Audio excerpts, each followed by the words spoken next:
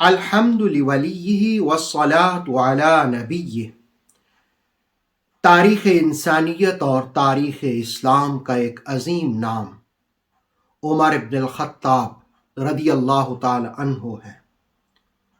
وہ ایک درخشندہ و تابندہ باپ ہیں۔ حضرت عمر اخلاص و للہیت کا پیکر ہے۔ حضرت عمر رضی اللہ تعالی عنہ عدل و انصاف کرنے والے عظیم رہبر و رہنما ہیں۔ ان کی حیات، ان کی زندگی ایسی ہے جو اصول وضع کرتی ہے۔ چار دانگ عالم میں ان کی عظمتوں کا پھریرا لہراتا ہے۔ تنویر شش جہات ضیائے سحر عمر، تنویر شش جہات ضیائے سحر عمر، سرکار دو جہاں کی دعا کا ثمر عمر۔ رسول اللہ علیہ السلام نے انہی کے بارے میں دعا مانگی تھی۔ ترمذی کی حدیث ہے، اللہم اعز الاسلام، یا اللہ اسلام کو عزت دے، اسلام کی مدد کر، عمر ابن خطاب یا عمر ابن ہشام کے ذریعے۔ صبح ہوئی تھی تو حضرت عمر بارگاہ رسالت مآب صلی اللہ علیہ وسلم میں حاضر ہو کر اسلام کی دولت سے اپنے سینے کو منور کرتے ہیں۔ رسول اللہ علیہ السلام نے فرمایا، عمر نے اسلام کیا قبول کیا، ملائکہ نے آسمانوں پر بھی جشن منایا کہ عمر اسلام لے آئے ہیں۔ 26 برس کی عمر میں حضرت عمر نے 39 مسلمانوں کے بعد 40 نمبر پر اسلام قبول کرنے کی سعادت حاصل کی تھی۔ آپ یوں کہہ سکتے ہیں کہ سرکار دو جہاں کی دعا کا ثمر عمر، صاحب نظر فقیر منش دیداور عمر، عادل سخی کریم دلاور نڈر عمر، نگاہ خیر بشر کا ہے انتخاب عمر، نگاہ خیر بشر کا ہے انتخاب عمر، ہے عزم و ہمت و عدل و وفا کا باب عمر، عدالتوں کے قواعد کا نصاب عمر، عدالتوں کے قواعد کا نصاب عمر، ہے قصر عدل کے محراب میں نواب عمر۔ حضرت عمر رضی اللہ تعالی عنہ نے جس وقت اسلام کو قبول کیا تو آپ کو فاروق کا لقب بھی دیا گیا۔ ابو حفص آپ کی کنیت ٹھہری۔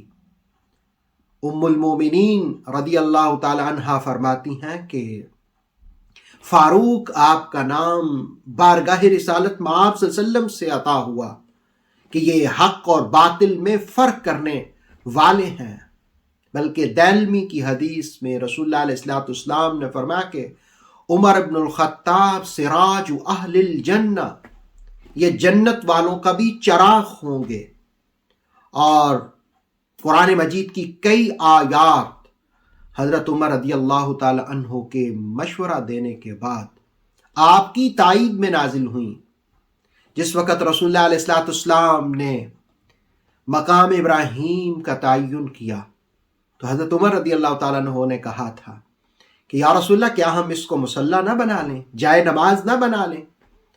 تو اللہ نے یہ آیت نازل کر دی، وَاتَّخِذُوا مِن مَّقَامِ إِبْرَاهِيمَ مُصَلًّى، ہاں مقام ابراہیم کو مصلی بناؤ۔ آج بھی کعبہ کے گرد چاروں طرف صفیں بنتی ہیں، لیکن امام تو وہیں کھڑا ہوتا ہے جہاں مقام ابراہیم ہے۔ یہ تجویز حضرت عمر کی تھی۔ اور پھر ازواج مطہرات کے پردے کے حوالے سے بھی آپ نے مشورہ دیا۔ اللہ نے قرآن کی آیات نازل کر دی۔ حضرت عمر رضی اللہ تعالی عنہ کی کن کن خصوصیات کا ذکر کیا جائے۔ کسی معاملے میں جب ازواج مطہرات نے کوئی بات کی تو آپ نے کہا تھا کہ اللہ تم سے بہتر رسول اللہ علیہ السلام کو حرم میں ازواج دے دے گا۔ اللہ نے اسی کی تائید میں آیت نازل کر دی۔ یہ ہے وہ وجہ کہ ترمذی کی حدیث ہے، جان کائنات صلی اللہ علیہ وسلم نے فرمایا کہ ان اللہ جعل الحق علی لسان عمر وقلب، اللہ نے عمر کی زبان پر اور عمر کے دل میں حق کو جاری فرما دیا ہے۔